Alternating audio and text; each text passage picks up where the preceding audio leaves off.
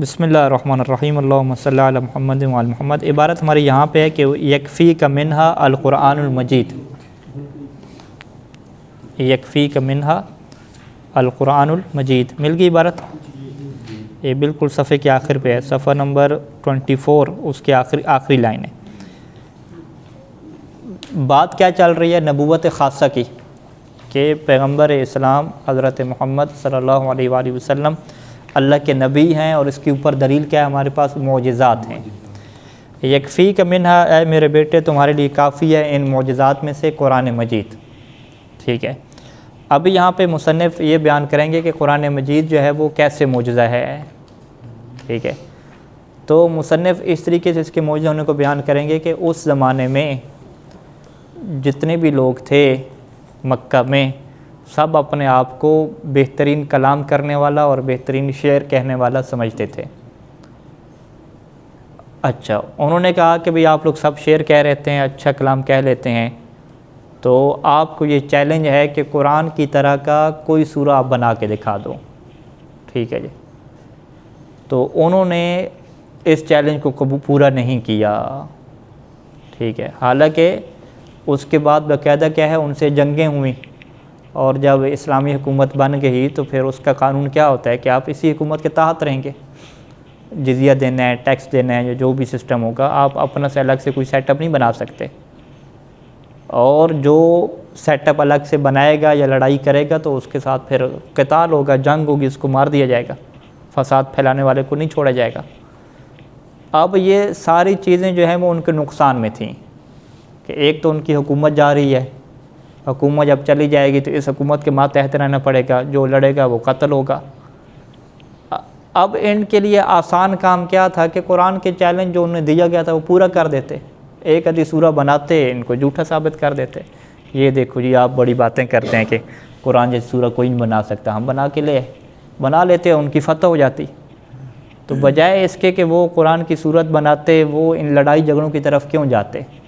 تو لڑائی جھگڑوں کی طرف جانا اور قرآن کے چیلنج کو پورا نہ کرنا اس بات کی دلیل ہے کہ وہ اس بات کے اوپر قادر نہیں تھے کہ قرآن جیسی کوئی سورہ بنا سکیں، ٹھیک ہے جی۔ بلکہ وہ واقعات کیا ہیں ہمارے پاس، کہ وہ اپنے اشعار، جو سال کا میلہ ان کا لگتا تھا شاعری کا، اس میں جو سب سے اچھا جن کا شعر ہوتا تھا وہ کعبہ کے اوپر لٹکاتے تھے، معلقات سب جسے کہتے ہیں، 7 قسم کے نظمیں لٹکا کے رکھی ہوئی تھیں۔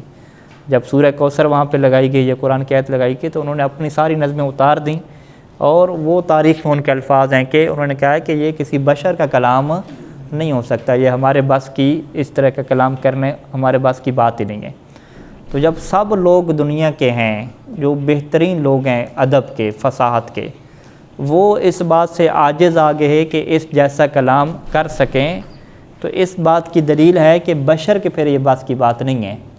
پھر اس کا مطلب ہے کہ اس کلام کرنے میں جو اگلا بندہ ہے وہ اپنی جو بشری طاقت ہے اس سے یہ کلام نہیں کر رہا، یہ کلام کسی اور کا ہے، خالق کا ہے، اور وہ لوگوں تک کیا پہنچا رہا ہے۔ اور اسی کو ہم کیا کہتے ہیں؟ معجزہ کہتے ہیں۔ معجز سے نکلا ہے معجزہ، یعنی دوسروں کو عاجز کر دے، کہ دنیا والے اس بات سے عاجز ہو جائیں کہ یہ کسی بشر اور انسان کا کام نہیں ہو سکتا، بس ہمیں ماننا پڑتا ہے کہ یہ جو بندہ کام کر کے آیا ہے نا، اس کا تعلق ہے، اس کا ایک ربط خاص ہے کس کی ذات کے ساتھ؟ وہ جو خالق ہے، وہ مالک ہے، واجب الوجود کی جو ذات ہے، اس کے ساتھ اس کا کیا تعلق ہے، اور یہی تعلق ہے اس کی نبوت کو ثابت کرتا ہے، کہ آج یہ ایک ایسا کام کر رہا ہے کہ جو ہم نہیں کر رہے، اور اس کو وہ خالق کام کروا رہا ہے، یا خالق اس کو یہ طاقت دے رہا ہے، تو اس کا مطلب ہے اس کا خالق کے ساتھ تعلق ہو گیا، رابطہ ہو گیا۔ جب اس کا خالق کے ساتھ رابطہ ہو گیا تو اس کا مطلب کیا ہے کہ یہ اسی کی طرف سے نمائندہ ہو گیا۔ اب جب یہ بات کہے گا کہ خالق نے یہ بات کہی ہے، تو یہ پھر اپنی طرف سے نہیں کہہ رہا، یہ کس کی طرف سے کہہ رہا ہے؟ خالق کی طرف سے کہہ رہا ہے۔ اچھا جی، عبارت کو حل کرتے ہیں۔ وَحَيْثُ إِنَّ إِظْهَارَ الْمُعْجِزَاتِ عَلَى يَدِ الْكَاذِبِ قَبِيحٌ عَلَى اللَّهِ تَعَالَى وَتَقَدَّسَ، کہ معجزات کو ظاہر کرنا علی ید الکاذب، اس بندے کے ہاتھ پہ جو جھوٹا ہے، یہ کیا ہے؟ قبیح علی اللہ تعالیٰ، اللہ تعالیٰ کی شان میں قبیح ہے، کہ ایک جھوٹا اور کاذب انسان ہے جو کرپشن کرتا ہے، اس کو اللہ معجزے دے دے، ٹھیک ہے، اس کے ساتھ اللہ خصوصی تعلق قائم کرے، یہ قبیح ہے، بری بات ہے، عقل واضح طور پہ کہتی ہے۔ تو یحکم العقل بأنہ کان صادقا، تو یہاں پہ عقل یہ کہتی ہے کہ جس کے ہاتھ پہ معجزہ ظاہر ہوا ہے بأنہ کان صادقا، کہ وہ کیا ہوگا، سچا ہوگا۔ بس جب سچا ہے اور اس کا اللہ کے ساتھ تعلق ہے تو فائدہ ثابتت نبوتہ، تو جب اللہ کے رسول حضرت محمد صلی اللہ علیہ وسلم کی نبوت ثابت ہو گئی تو علمنا بنبوت 100,000 نبی و 24,000 نبی، تو ہمیں یہ بھی پھر علم حاصل ہو جائے گا کہ 1,24,000 انبیاء بھی آئے ہیں۔ ہوا خاتمہم، اور اللہ کے رسول کیا ہیں، ہوا خاتمہم، ان کے آخر پہ ہیں۔ کیسے آخر پہ ہیں؟ کہ بے اخبار ہی صلی اللہ علیہ وآلہ کہ خود اللہ کے نبی نے یہ ہمیں خبر دی ہے، یعنی اللہ کے رسول جب ثابت ہو گئے نبوت خاصہ میں تو پچھلے سارے انبیاء کیا ہو جائیں گے، ثابت ہو جائیں گے، کیونکہ اس سے کیا ثابت ہوگا کہ اللہ کے نبی سچے ہیں، وہ جھوٹے نہیں ہیں۔ اچھا، وہ اما بیان و کیفیت کون القرآن شریف معجزۃً، اس چیز کا بیان آپ کیسے کریں گے کہ قرآن شریف کیا ہے، معجزہ ہے، یہ کیسے واضح کریں گے؟ وہ اس طریقے سے واضح کریں گے کہ فہو انہ صلی اللہ علیہ وآلہ کہ پیغمبر اسلام نے کیا کیا، خیرہ، اختیار دیا۔ کس کو اختیار دیا؟ اہل خبرت لسان اللہ، یہاں پہ خبرہ لفظ غلط لکھا ہوا ہے، خبرہ کیا ہوتا ہے، لفظ ہوتا ہے ماہر، جو آپ یہ کہ نہیں کہتے خبرہ، مجلس سے خبرہ بھی کہتے ہیں، خبرہ فارسی میں کہتے ہیں، خبرہ گان جو ہے۔ لسان العرب، جو عرب کی جو زبان ہے ان کے جو اہل خبرہ تھے، جو ماہر لوگ تھے، خیرہ، ان کو اختیار دیا، ٹھیک ہے۔ اہل خبرت لسان العرب، اور والعارفین، اور جو جاننے والے تھے بنکات الفصاحت والبلاغت، فصاحت اور بلاغت کے جو نکات ہیں ان کو جاننے والے تھے، ان کو اختیار کس کے درمیان دیا؟ بینا، ٹھیک ہے جی، انہیں اختیار دیا کس کے درمیان؟ بینا، اس کے درمیان کہ ان یاتوا بصورت من مثل القرآن، کہ وہ قرآن کی طرح کا کوئی سورہ بنا کے لیں۔ بھی اتنے جو آپ ادبی لوگ ہیں تو قرآن کی طرح کا کوئی سورہ تحریر بنا کے لیں۔ وبینا، اور اگر آپ نہیں بنا سکتے تو وبینا یزعنوا بنبوتہ، تو پھر آپ کیا کریں؟ یزعنوا کیا ہوتا ہے؟ اعتقاد رکھنا، تو پھر وہ کیا کریں؟ اعتقاد پیدا کریں، یقین رکھیں کس کے اوپر؟ بنبوتہ ہی، پیغمبر اسلام کی نبوت کے اوپر، پھر وہ اعتقاد پیدا کریں۔ یا پھر تیسرا ہے کہ او یحاربہم ویقتلہم، کہ پھر اگر وہ اعتقاد بھی نہیں رکھتے، کچھ بھی نہیں کرتے، ان کی حکومت میں بھی نہیں آتے، لڑائی جھگڑا کرتے ہیں، تو پھر تو کیا ہوگا؟ او یحاربہم، پیغمبر اسلام ان کے ساتھ کیا کریں گے؟ جنگ کریں گے۔ ویقتلہم، ان کو قتل کر دیں گے۔ ویتملک اموالہم، اور ان کے اموال کو اپنی ملک میں لے لیں گے۔ ویأسر عیالہم، اور ان کے جو اہل و عیال ہیں ان کو اسیر بنا لیں گے، قیدی بنا لیں گے۔ تو یہ ان کے پاس آپشن تھے نا، یا چپ کر کے حکومت میں رہیں، یا قرآن کی طرح کا سورہ بنا لیں، یا پھر جنگ کرتے ہیں تو پھر جنگ کریں، اور اس طرح پھر نقصان ان کا ہوگا، ٹھیک ہے جی۔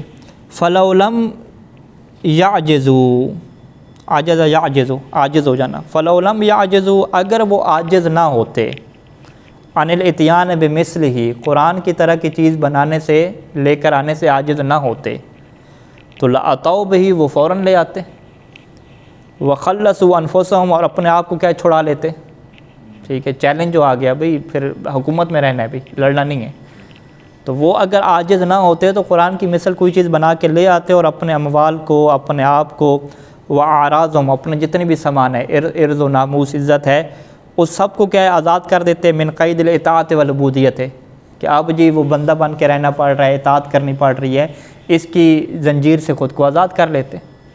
وہ نہیں رہنا چاہ رہے تھے پیغمبر اسلام کے ماتحت، تو اچھا اور بہترین اور آسان آپشن کیا تھا کہ جو چیلنج دیا گیا اس کو پورا کریں۔ کہا گیا نا کہ آپ معجزہ قرآن سے سورہ بنا کے لے آؤ تو ساری چیز آپ کی، آپ بڑے ہو، ٹھیک ہے۔ تو وخلصوا انفسهم واموالهم واعراضهم من قید الاطاعت والعبودیت والتلف والصرف، ٹھیک ہے، کہ وہ اطاعت اور عبودیت کی قید سے نکلیں، تلف اور صرف کی قید سے۔ تلف کیا ہے؟ کسی چیز کا تلف ہو جانا، صرف کیا ہے؟ ضائع ہو جانا، اسراف۔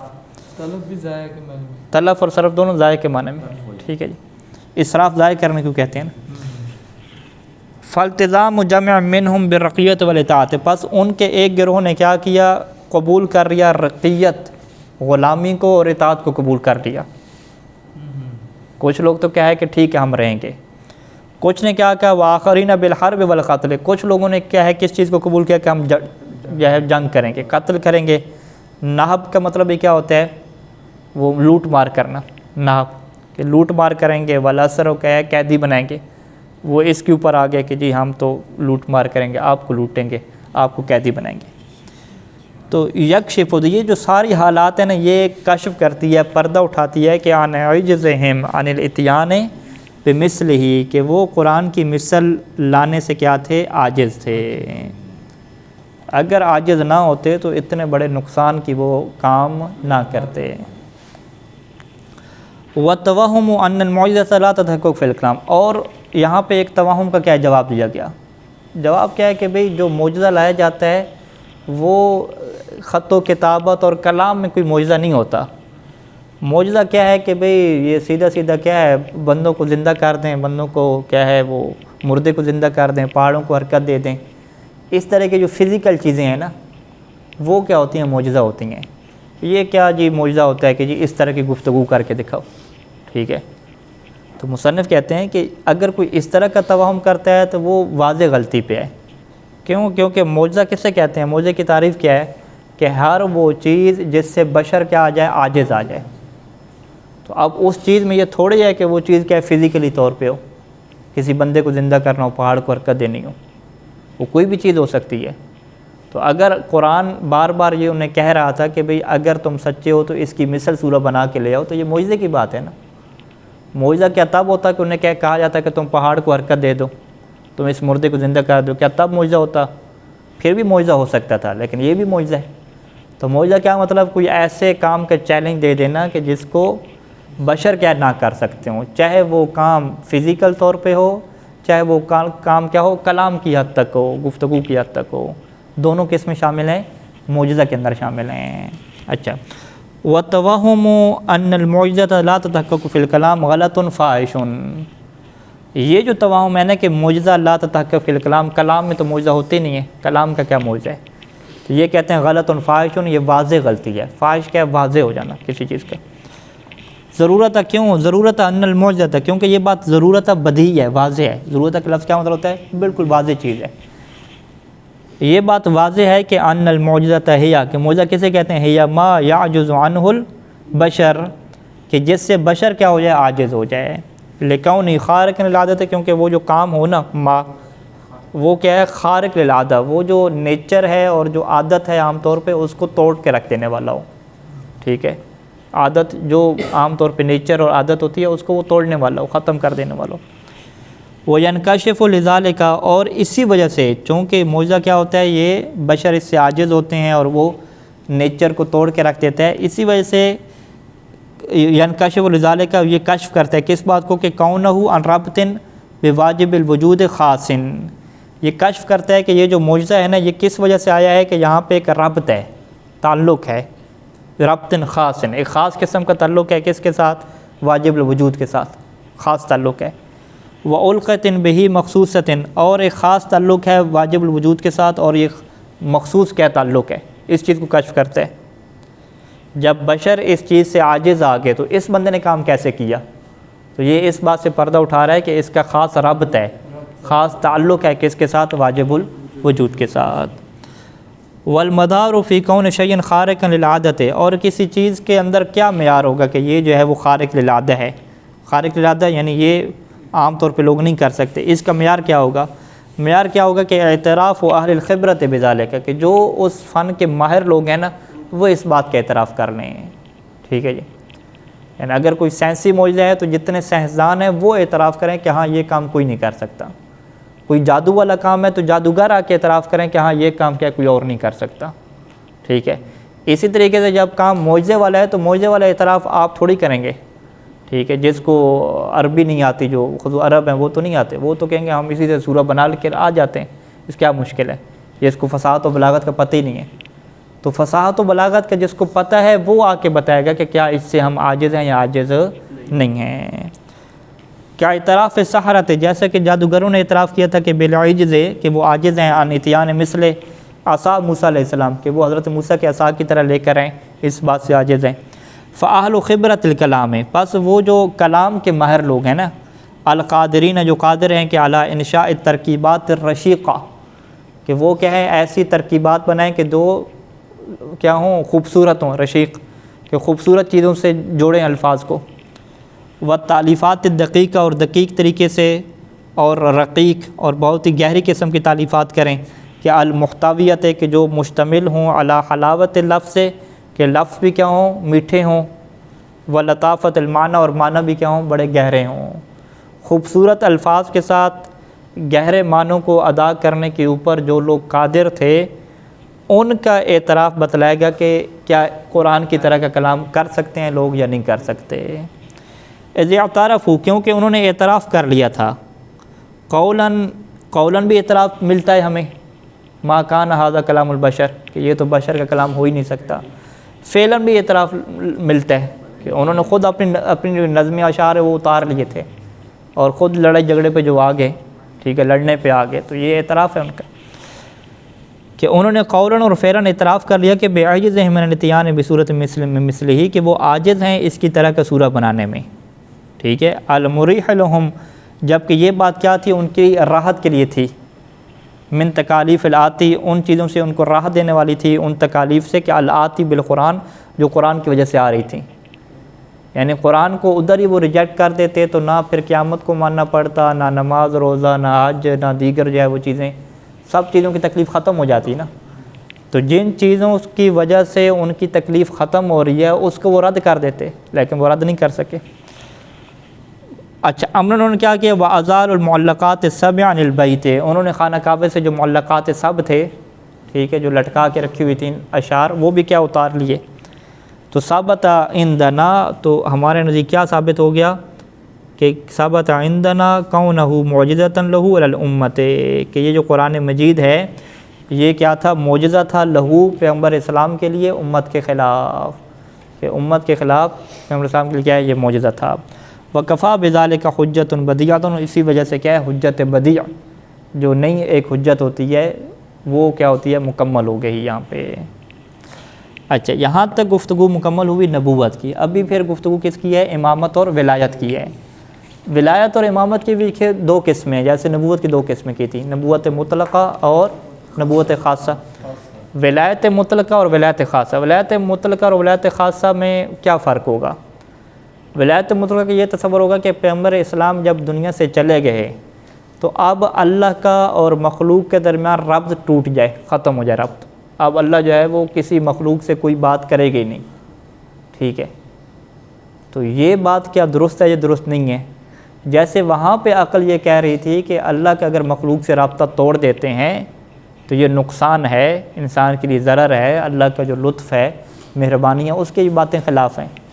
تو پیغمبر اسلام کے جانے کے بعد اگر آپ یہ کہتے ہیں کہ آپ جو ہے وہ اللہ کا رابطہ کسی بندے سے بھی نہیں ہے، رابطہ ہی ختم ہو گیا، ٹھیک ہے، تو یہ پھر نقصان کی بات ہے کہ انسان پھر اختلاف کرتے رہیں گے، ان کا اختلاف کون ختم کرے گا؟ کون بتائے گا کہ اللہ کا حقیقی حکم کیا ہے، اللہ کیا چاہتا ہے؟ کون بندہ ہوگا اس کے درمیان؟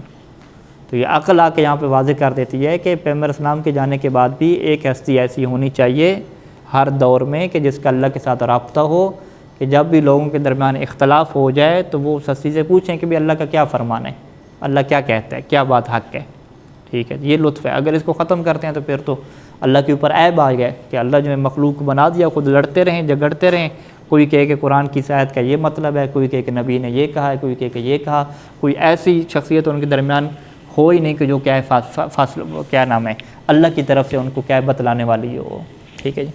یہ ولایت مطلق ہے۔ پھر ولایت خاصہ کے اوپر جب بحث ہوگی تو مولا علی علیہ السلام اور 12 اماموں کی بات آئے گی، تو ان کے اوپر پھر کیا دلائل ہیں؟ وہ پھر ان کے دلائل میں کیا چیزیں آئیں گی؟ معجزات آئیں گے؟ نہیں، اس میں کہا کہ اس میں ہمارے پاس پیغمبر اسلام کی متواتر احکام آئیں گے، روایات آئیں گی، متواتر روایات آئیں گی، اور ساتھ ساتھ پھر معجزے کی طرف بھی اشارہ کیا، اور وہاں پہ مصنف نے تعبیر کیا کرامت سے تعبیر کیا ہے۔ خود اہل بیت علیہ السلام کی زندگی میں ایسی کرامتیں ان سے ظاہر ہوئی ہیں کہ جو وہی انجام دے سکتا ہے کہ جس کا اللہ کے ساتھ کیا ہو، ربط خاص ہو، تعلق ہو، کوئی بشر اس کو انجام نہیں دے سکتے۔ اچھا وہ امل ولایت المطلقہ فیکفی برہان اللہ اس کے لیے برہان کے لیے کافی ہے کہ نظیر و برہان نبوت المطلقہ اسی کی مثال اسی کی طرح کا برہان جو نبوت مطلقہ کا والا برہان تھا، ٹھیک ہے جی۔ بعد ثبوت کون نبینا صلی اللہ علیہ وآلہ خاتم الانبیاء جب یہ بات ثابت ہو گئی کہ ہمارے نبی جو ہے وہ خاتم الانبیاء ہیں، تو اس کے بعد اس کے بعد یہ جو ولایت مطلقہ ہے اس کے لیے کیا برہان ہے آپ کے پاس؟ کہتے ہیں وہی برہان ہے جو نبوت کے لیے برہان تھا. جیسے وہاں پہ آپ کہہ رہے تھے کہ اللہ کا لطف اور مہربانی تبھی ہوگی کہ جب مخلوق کے ساتھ رابطہ جڑے گا. یہاں پر ہم یہ کہیں گے کہ پیغمبر اسلام کے چلے جانے کے بعد جب خاتم الانبیاء ہیں کوئی نبی تو آنا نہیں ہے، پھر نبی جب آنا نہیں ہے تو کیا کسی کے ساتھ کوئی رابطہ اللہ کا کٹ گیا؟ تو یہ بھی کیا عقلی طور پہ کبھی ہے. وہ عمل ولایت الخاصہ، ولایت خاصہ کی بات کریں یعنی مولا علی علیہ السلام سے لے کر امام زمانہ تک، فطریقھا تو اس کو کون سا طریق ثابت کرے گا؟ الاخبار الصریحہ، وہ اخبار ہیں جو صریح ہیں، واضح ہیں، المتواترہ تو جو متواتر ہیں نبی صلی اللہ علیہ وآلہ وسلم سے، بخلافت علی امیر المؤمنین علیہ السلام بلا فصل، کہ جو مولا علی علیہ السلام کی خلافت بلا فصل کو ثابت کرنے والی ہیں. وبعدہ اور مولا علی علیہ السلام کے بعد کس کی خلافت کو؟ 11 من ذریتہ الاطہار، مولا علی کی ذریت سے 11 اماموں کی خلافت کو ثابت کرنے والی ہیں. واحداً بعد واحداً علیہم السلام، ایک کے بعد ایک. مضافاً، پہلی دلیل تو یہ ہو جائے گی. دوسری دلیل کیا؟ یہاں پہ معجزات بھی ہیں ہمارے پاس. الکرامات الکثیرہ الصادرۃ من کل منہم، بہت ساری ایسی کرامات ہیں کہ جو آپ سے کیا ہوئی ہیں؟ صادر ہوئی ہیں، اور باقاعدہ علماء نے اس کے اوپر کتابیں لکھی ہیں کہ اہل بیت کے معجزوں کی کیا کیا کتابیں ہیں. اچھا، ومقابرۃ اہل العناد فی دلالت الاخبار. اب یہاں پہ مصنف کہتے ہیں کہ بھئی من کنت مولا فہذا علی المولا، یہ متواتر ہے سب کے ہاں ہے.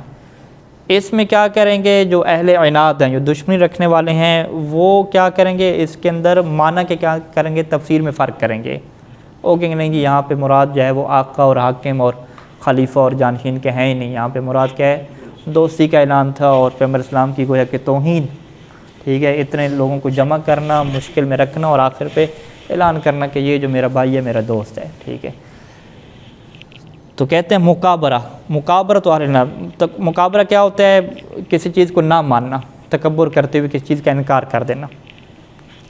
اہل عناد کا مکابرہ جو ہے وہ انکار کرنا فی دلالت الاخبار، ان روایات کی دلالت میں. دلالت کیسے کہتے ہیں؟ معنی. سند میں تو وہ بحث نہیں کر سکتے نا، دلالت میں وہ آ کے گڑبڑ کریں گے. تو روایات کی دلالت میں ان کا مکابرہ کرنا مدفوعۃ، یہ ختم ہو جاتا ہے بما ان چیزوں کے ذریعے سے کہ سطر فی الکتب، جسے لکھا گیا ہے ان کتب میں، المعدۃ لذالک، جو اسی کے لیے کیا ہیں؟ لکھی گئی ہیں. اور حاشیہ میں ان کے بیٹے نے جو سب سے پہلی کتاب ہے وہ علماء ہند میں سے اس کا کیا ریفرنس دیا ہے؟ کون ہے جی علماء ہند میں سے؟ صاحب ابقات الانوار سید میر حامد حسین. ٹھیک ہے جی، اس کے بعد بھی علماء کی کتابیں ہیں. والعمری، اور میری زندگی کی قسم، والعمری قسم کے لیے استعمال ہوتا ہے کہ میری زندگی اور میری بقا کی قسم، کہ ان امامت الائمۃ الاثنا عشرہ، کہ جو 12 اماموں کی امامت ہے، بالغت فی الوضوح الی حد، یہ واضح ہونے کے اعتبار سے ایسی حد تک پہنچ چکی ہے کہ لا اظن ارتیاب الخصم ایضا فی ضمیرہ، کہ میرا یہ ظن نہیں ہے کہ جو خصم کسے کہتے ہیں؟ مد مقابل، کہ مد مقابل کو ارتیاب، ریب ہو، شک ہو اس میں، فی ضمیرہ، خود اس کے ضمیر میں.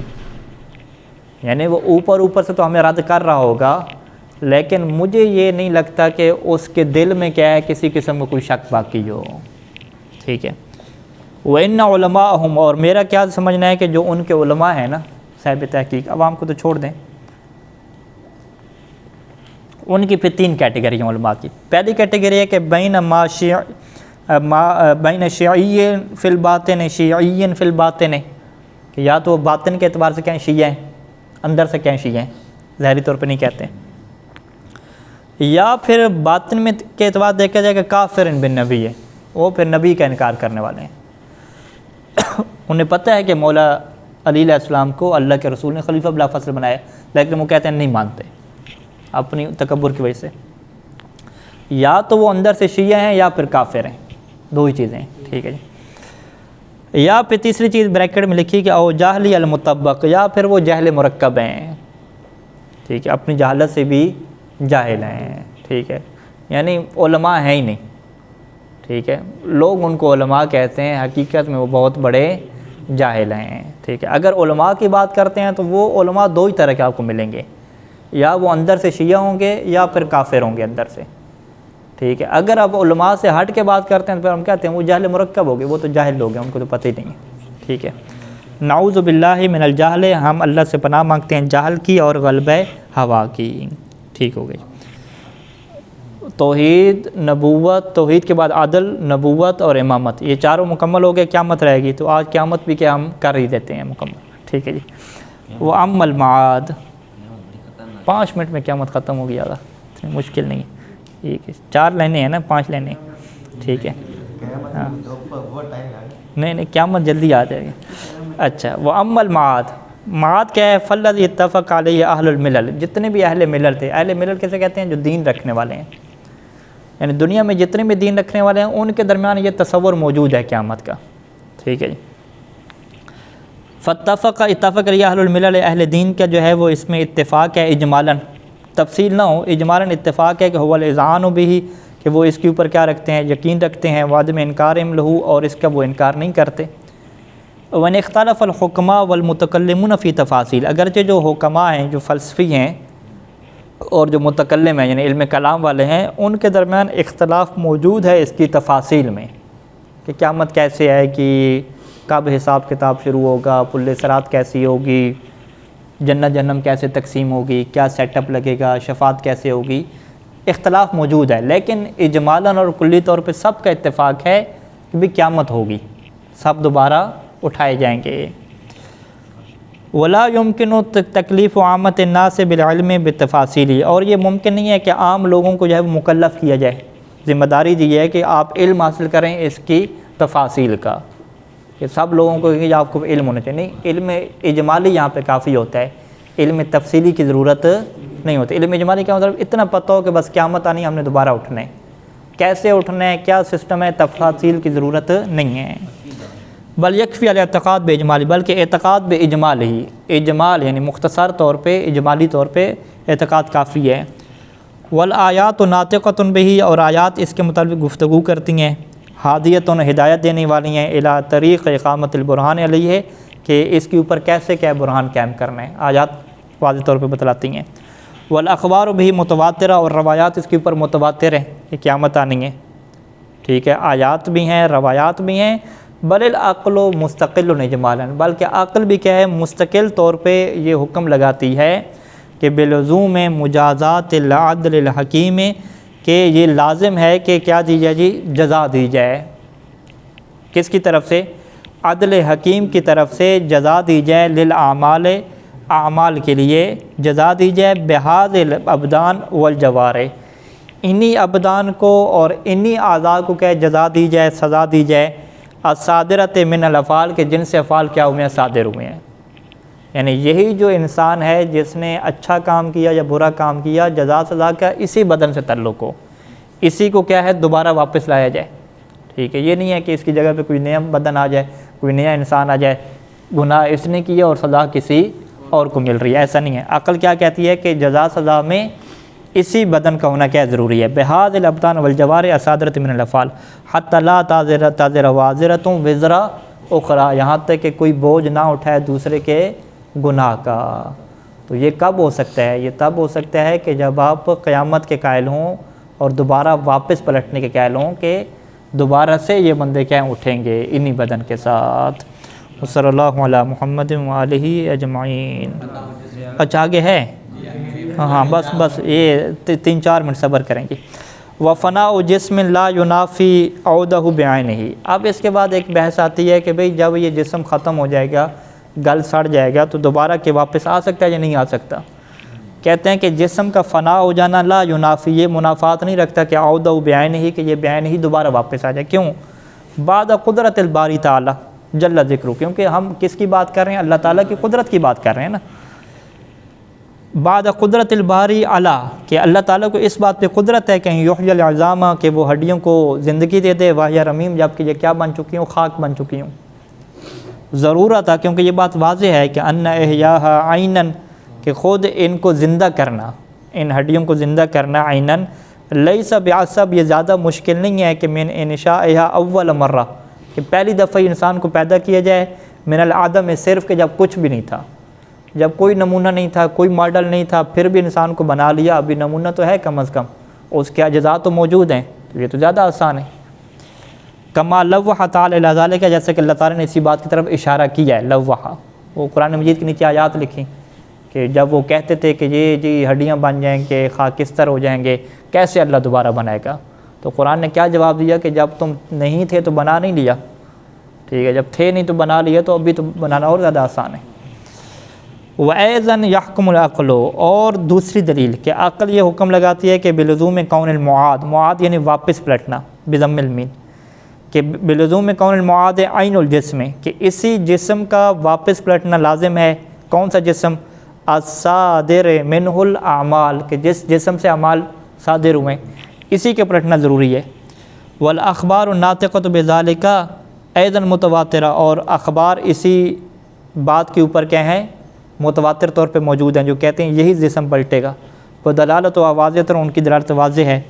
وہ تأویلها، اور ان اخبار کی تعویل کرنا، یا رفع الید عن ظواہرها، اور ان کے ظاہری معنی سے کیا ہے؟ ہاتھ اٹھا لینا، کہنا جی اللہ کہہ رہا ہے کہ تم دوبارہ واپس پلٹا ہو جاؤ گے، اور مطلب کیا ہے کہ نہیں، تم دوبارہ واپس نہیں آؤ گے، کوئی نیا جسم ہوگا، نئی چیز ہوگی.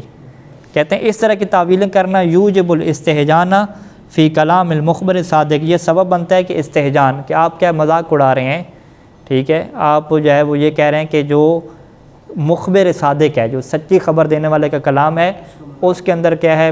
عجیب و غریب چیزیں موجود ہیں، کہتا کچھ اور ہے اور مطلب کچھ اور ہوتا ہے. تو اس طرح کی یہ چیز آپ نہیں کہہ سکتے. تعالی عن ذالک علوا کبیرہ، اللہ تعالیٰ اس بات سے بہت ہی بلند ہے کہ کہے کچھ اور، ظاہر اس کا کچھ اور مطلب اس کا کچھ اور ہو، ایسا نہیں ہو سکتا. وہ شرح ذالک یطلب من مزالی، اس کی جو شرح ہے وہ طلب کی جائے گی کہاں پہ؟ من مزان ہی، اس کے جو مراجع اور مآخذ ہیں. مزان کسے کہتے ہیں؟ وہ مراجع اور مآخذ جن کی طرف محقق دوران تحقیق رجوع کرتا ہے. تو شرح ذالک یطلب، یعنی اس کی شرح طلب کی جائے گی من مزان ہی، انہی مصادر سے، انہی کتابوں سے کہ جہاں پہ صاحبان تحقیق کیا کرتے ہیں؟ رجوع کرتے ہیں. یعنی یہاں پہ ایک پوری بحث ہے ہمارے یہاں بھی فلسفیوں کی اور ادھر، کہ کیا یہی جسم دوبارہ ہوگا، معاد جسمانی جسے کہتے ہیں، یا معاد روحانی ہوگی؟